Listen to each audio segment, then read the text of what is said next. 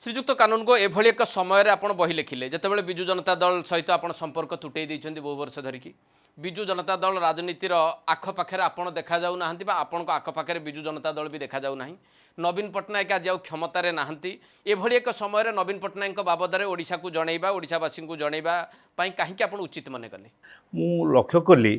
जे अनेक कथा आमर सांप्रतिक इतिहास संपर्क रे बहु कथा जहाँ लोकों पाखु आसी ता पछरे अनेक भाव में सत्यता न थाए एवं बेले बेले बड़ कन्फ्यूजन क्रिएट करे लोक मान भितर जे प्रकृत कौ घटनाटा ठीक कौटा भूल से जेहेतु मोर तांको संपर्क रे मु 10 वर्ष काल आसली एवं तांको संपर्कित कार्य को खूब निष्ठार सहित अध्ययन करुली देखुली अनुशीलन करुली से संपर्क रे सठिक वार्ता जहाँ तथ्य अच्छी